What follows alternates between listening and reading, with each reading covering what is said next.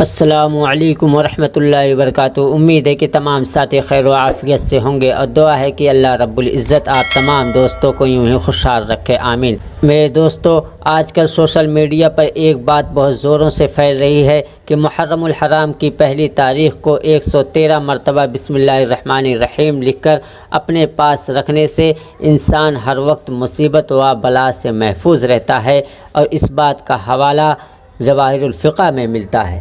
تو آؤ دوستو، ہم اس کے بارے میں جان لیتے ہیں اور تحقیق کر لیتے ہیں، اور بنوری ڈاؤن کا فتویٰ دیکھ لیتے ہیں کہ اس بات کی کتنی حقیقت ہے اور کتنی سچائی ہے۔ سوال: آج کل یہ کہا جا رہا ہے کہ محرم کی پہلی تاریخ کو 113 مرتبہ بسم اللہ لکھ کر گھر میں رکھنے سے ہر آفات و بلا سے محفوظ رہتے ہیں۔ اس کی کیا حقیقت ہے؟ اس کے بارے میں مولانا شفیع عثمانی صاحب رحمۃ اللہ علیہ نے جواہر الفقہ میں لکھا ہوا ہے۔ جواب: بسم اللہ الرحمن الرحیم۔ مفتی محمد شفیع عثمانی صاحب رحمۃ اللہ علیہ جواہر الفقہ میں لکھتے ہیں کہ جو شخص محرم کی پہلی تاریخ کو 113 مرتبہ پوری بسم اللہ الرحمن الرحیم کاغذ پر لکھ کر اپنے پاس رکھے گا، ہر طرح کے آفات و مصائب سے محفوظ رہے گا، مجرب ہے۔ جواہر الفقہ جلد 2 صفحہ نمبر 187۔